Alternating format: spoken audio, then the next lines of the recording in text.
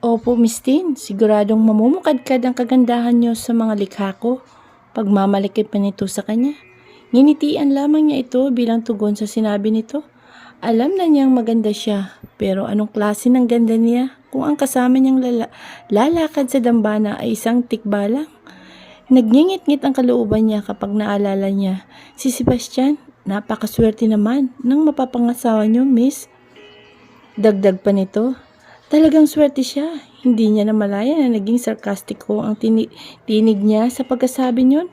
Kaya nakakunot ang noo na tumingin ito sa dalaga. Pagsiko ni Mika ang nagpaalala sa kanya sa inasal niya. Talagang swerte siya sa akin. Ulit niya sa mahinahon na tinig. Siyempre maganda ako, hindi ba? Mayabang niyang wika rito. Oo naman, Miss Tin, sang-ayon nito sa kanya. Hindi nito maintindihan ang inaasta nito, maliban na lamang talaga kung totoo ang tsismis sa bayan. Sa lahat kasi ng nabigyan niya ng serbisyo sa kanilang lugar ay ito pa lang. Si Celestine Salvador ang nakita niya na tila hindi masaya. Sa bagay ay baka totoo nga ang bulong-bulungan na biglaan lamang ang kasalan na magaganap. Ayon sa naririnig niya ay sapilitan na ipinapakasal ni Don Amado Salvador ang kanilang nag-iisang anak sa batang kinupkup nito noon. Natatandaan din niya ang batang yun. Matanda siguro siya roon ng 5 taon. Matagal nang naninirahan sa Amerika ang batang yun at hindi na umuwi ni minsan man lang. Ano na nga kaya itsura nito ngayon? Maging siya ay napapaisip. Prese, ito na lamang, wika niya sa designer habang itinuturo niya rito ang natipuhan na gown. Ah, ito po ba? Oo nga po. Maganda ito, madam. Bagay na bagay ito sa inyo.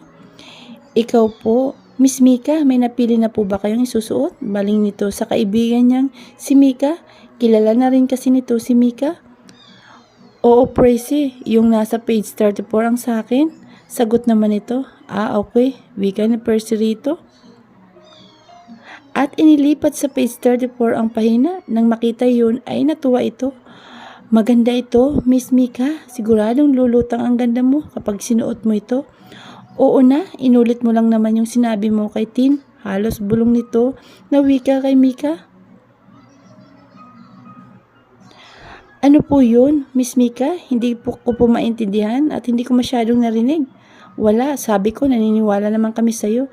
Kaya nga ikaw ang napili ni Don Amado na designer kasi nga maganda talaga ang mga likha mo. Kunyari, puri na lamang ni Mika. Diyan naman ako nakakasiguro, Miss Mika. Mababakas ang pagmamalaki na busis nito. Wala pang nagsabi sa akin na hindi sila nagandahan sa mga likha ko. Nagsimula na ito sa pagtaas sa sarili. Nagkakatinginan na lamang sila ni Tin sa mga pabida nito. Mabuti na lamang at dumating si Yaya Miling na may dala-dala na merienda. Doon pa lamang natigil ang bibig ni Percy. Pagkatapos nitong magmerienda ay sinukatan na sila nito. Nang matapos silang sukatan ay nagpaalam na ito na magtutungo sa bahay ng anak ng mga trabahador nila na kasama na magiging abay. Naiwan sila ni Mika sa sala pero nagpasya sila sa kwarto na lamang sila mag-usap. So, anong totoo mong plano ngayon? Nakapamewang na wika sa kanya ni Mika pagkasara pa lamang ng pinto sa kwarto niya. Siya naman ay humihilata na sa kama niya na tila hapong-hapo. Yun na nga eh. Si Dancel na lamang ang pag-asa ko, sagot niya at nagpagkuhan ay nilapitan siya ni Mika. Naupo ito sa gilid ng kanyang kama. Alam mo best, this time, hindi ko talaga alam kung papaboran ka sa trip mo ha. Wika nito pagkuhan ay tiningnan nito ang mga kuko na marahil ay bagong manicure. Hindi ko ito trip, Mika. Seryoso ako. May bahid ng inis na wika niya sa kaibigan. Hindi naman pinansin ni Mika ang inis niya. Sa kabilang banda ay naintindihan siya nito. Alam nito na hindi ito ang oras para kontrahin niya ang kaibigan. Isa pa ay sinabihan niya ako kagabi na mahal niya talaga ako. Dagdag pa nito, kung ganun, kailan mo talaga balak na ibigay ang perlas kay Dancel? Bukas na siguro, walang gatol niyang wika sa kaibigan. Huwag mo nang tangkain na kontrahin ang sinasabi ko dahil malapit na akong masakan. Sa halip na makasal, ang tamang salita na dapat sabihin niya ay masakal ang sinambit niya dahil totoo naman. Talaga naman na masasakal na siya kay Sebastian. Siguradong dilubyo sa buhay niya ang mangyayari kapag naikasal na sila. Sino ba kasing nagsabi na kumukontra ako sa'yo? Iksahiradang wika nito sa kanya. Kaya nga nandito ako para tulungan ka sa kabaliwan mo. Hindi pa ako baliw, malapit pa lang. O siya, dapat planuhin na natin ang gagawin mo bukas. Kung talagang hindi ka na makapagpipigil pa, wika na lamang ni Mika sa kanya. Sisimulan na natin ang ating mga plano. Aayain natin si Dancel na mag-disco bukas ng gabi. Pagkatapos ay sasama tayo sa place niya. Seryosong wika ni Tin kay Mika. Doon ay pagkakalob mo na instantly ang virginity mo. Tanong pa rin ni Mika kahit obviously ay yun ang plano nila. Oo, ano pa nga ba? What if hindi ka nabuntis?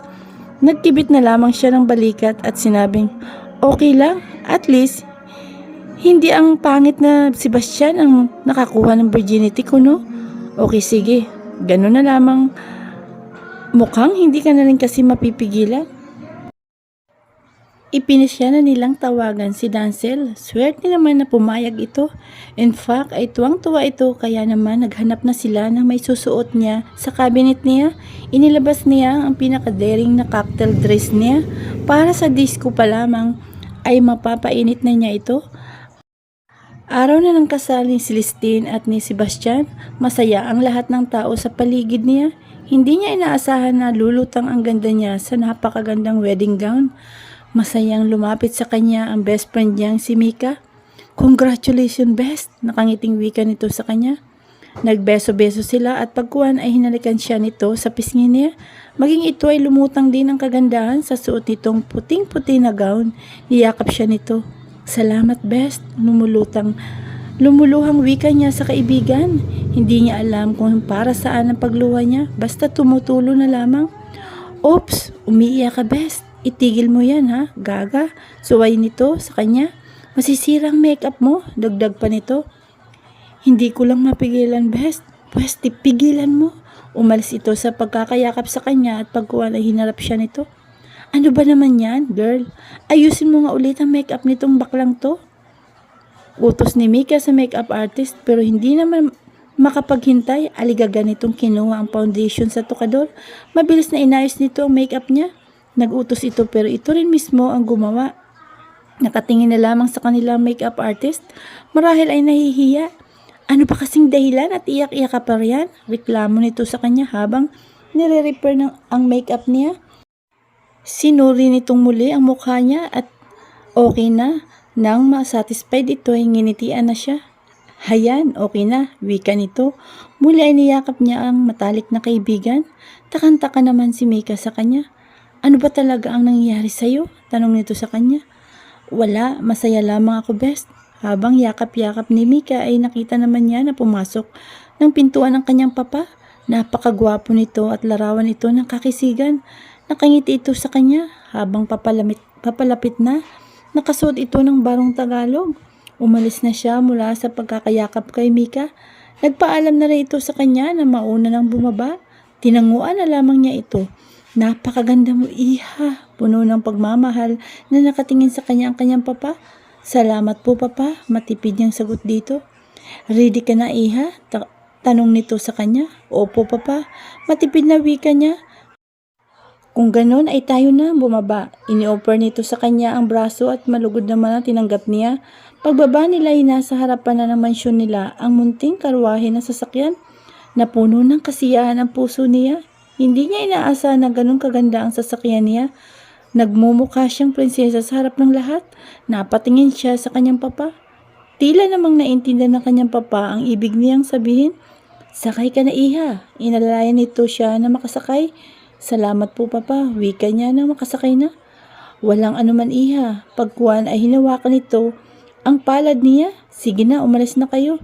Susunod ako. Hinihintay ka na ni Sebastian. Opo papa. Malungkot na wika niya rito at pagkuha ay sinabihan na niya ang kutsero na umalis na sila. Nang makarating sa simbahan ay marami ang excited na naghihintay sa pagdating niya. Dinatnan niya ang kanyang papa na nandun na sa harapan at hinihintay ang pagdating niya. Paglabas niya ng karwahe ay nalalayan siya nito at pagkatapos ay nagpalakpakan ang lahat. Tara na iha, tanong ng kanyang papa. Opo papa, Kumapit siya sa braso nito at sa ilang segundo lamang ay isaayos na ang mga magmamarcha na katulad ng mga abay at ninang. Nagsimula ng wedding entourage. Nasa ayos ang lahat. Nang pumasok siya sa simbahan ay masayang nagkatinginan lahat sa kanya. Inilibot niya ang paningin sa kabuuan ng simbahan. Napakaraming bulaklak ang nakapaligid sa simbahan. Napakaganda ng ayos, kaya galak na galak ang nadarama niya. Ang groom niya ay nakangiti sa kanya. Pagkapasok pa lamang niya, napakagwapo nito sa suot nitong tuxedo. Pakiramdam niya ay ito na ang pinakamagandang bagay na nangyari sa buhay niya. Nang nasa harapan na niya ang groom ay masuyo nitong kinuha ang kanyang kamay sa kanyang papa. "Let's go, Celestine," wika ng baritonong boses nito na napakaganda sa pandinig. Isang napakatamis na ngiti naman ang pinakawalan niya at nagtungo na sila sa harap ng pare. Wala silang naintindihan sa mga sinasabi ng pare. Nakatingin lamang siya rito. Basta masaya siya. Yun lang ang huling tanong lamang ang inaabangan niya sa pare. "Ikaw, babae, tinatanggap mo ba ang lalaking ito bilang iyong kabiyak sa hirap man o ginhawa habang buhay?" Tanong sa kanya ng pare. "Opo, father." Nakangiting wika niya pagkatapos ay tumingin siya sa napakagwapo niyang groom. "Ikaw, lalaki, tinatanggap mo ba ang babaeng ito bilang iyong kabiyak sa hirap man o sa ginhawa habang buhay?" Baling naman ang pare sa kanyang groom. "Opo, father." Tiningnan rin siya ng gwapo niyang groom ng buong pagmamahal. Napakasarap ng kanyang pakiramdam. Wala na talaga siyang mahihiling pa. Hindi niya akalain na magiging masaya ang kasal niya. "Kung ganon, maaari mo nang halikan ang iyong kabiyak," wika ng pare sa kanya sa napakagwapong groom. Itinaas na nito ang belo niya at nag-angat na siya ng paningin bilang paghahanda at sa napakatamis na halik na hinihintay niya. Ngunit pag-angat ng tingin niya, gimbal siya sa itsura ng lalaking nakatakdang halikan siya. Napakapangit na lalaki ang humarap sa kanya. Marahas na tumingin siya sa mga tao sa loob ng simbahan. At ang mga itsura ay pawang nakangisi sa kanya na tila ba natutuwa sa nangyayari sa kanya. Hindi totoo ito. Nagsimula na siyang humagulhol. Hindi ito totoo. Ibinalik niya ang paningin sa kanyang group at walang naging pagbabago. Isang pangit na lalaki ang muli niyang nakita at tulad ng taong nakapaligid sa kanya ay nakangising nakatingin ito sa kanya. Hilam na sa luha ang napakagandang mukha niya. Ang maskara sa kanyang mata ay umalo sa luha. Mistula na siyang isang white lady at hindi isang bride. Nagtatakbo siya habang humahagulhol. Nadapa, ngunit bumangon at muling nagtatakbo. Walang alam na konkretong pagtutunguhan. Takbo, sige lang, hanggang may pumitpit dito. Dinig niyang busina ang isang sasakyan, ngunit huli na ang lahat. Hinihingal na bumangon siya sa kanyang hinihigaan. Tumatagaktak ng pawis sa mukha niya na tila ba ay pagod na pagod siya. Dahil sa labis na pagtakbo, dali-dali niyang tiningnan ang buong katawan niya. Buhay siya. Panaginip lang pala. Napahawak siya sa kanyang dibdib. Celestine. Tiningnan niya ang alarm clock na nakapatong sa lamesa na nasa gilid ng kanyang higaan. 3:00 pa lamang pala ng madaling araw. Ipinasya niyang bumaba para uminom sa kusina. Isinuot niya ang pulang roba na nakasabit sa upuan na nasa harap ng tukador niya. Nakasuot lamang kasi siya ng manipis na nighties. Binuksan na niya ang pinto. Nakapatay ang halos lahat ng ilaw, maliban sa teres at harap ng mansyon. Ginamit na lamang niya ang flashlight para makita ang dinaraanan. Bumaba na siya ng hagdanan. Grabe ang panaginip niya na yun. Patong-patong na kamalasan. Namatay pa yata siya sa huli. Napaisip tuloy siya kung may masamang ibig sabihin ba ang panaginip niyang yun. Sa bagay, bakit pa ba niya itatanong yun sa sarili? Malamang nang ibig sabihin ng panaginip niyang yun ay ang kasal. Kasal niya, bangungot ang araw ng kasal niya. Binuksan niya ang refrigerator at kinuha ang isang pitsil na may laman na tubig. Kumuha na rin siya ng baso sa istante at inilapag sa mesa. Nilagyan niya ang baso ng malamig na tubig mula sa pitsil at agad na tinungga iyon. Tila naibsan ang pamamawis niya. Naglagay siya ulit ng tubig sa baso at tinungga. Medyo bumuti na ang pakiramdam niya. Napasandal siya sa lababo at mariin na napapikit. Ipinasya na niyang muling pumanhik sa kwarto niya. Sinikap niyang kunin muli ang tulog at swerte naman na nakatulog siyang muli. Pag-ring ng cellphone ang nagpagising sa kanya. Kinapa niya ang cellphone na nasa unan niya. Na makita niya ang color sa screen ay nawala ang antok niya. Si Dancel ang tumatawag. Bumangon siya at sinagot ang tawag. Hello honey, agad na wika nito sa kabilang linya. Hi, good morning honey, sagot niya sa malambing na tono. Mamaya ha, don't forget, paalala niya rito. Actually, ang tungkol nga sa bagay na yun ang itinatawag ko honey. Bakit, may problema ba?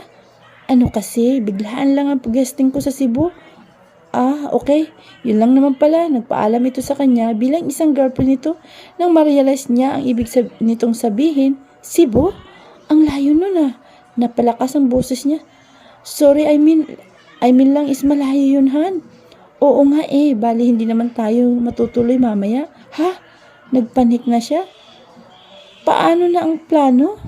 Paano na ang plano kung pupunta ito ng Cebu? Nagpapanik niya siya sa kanyang sarili. Babalik din naman ako agad. Kailan? 5 days ako roon. Sa halip ay sagot nito. 5 days? Oo, tika, may problema ba? May problema ba tayo? Hindi na itinago ni Dancel ang pagkairita sa boses. Kanina pa kasi niya nahihimigan sa dalaga na parang ayaw nito na pumunta siya ng Cebu. Hindi naman pwede ang gusto nito at hindi niya pwedeng palampasin ang lahat ng oportunidad na dumarating sa kanya. Pasikat na siya, kahit na maganda ang dalaga at type niya, ay wala itong karapatan na pigilan ang anuman na gagawin niya.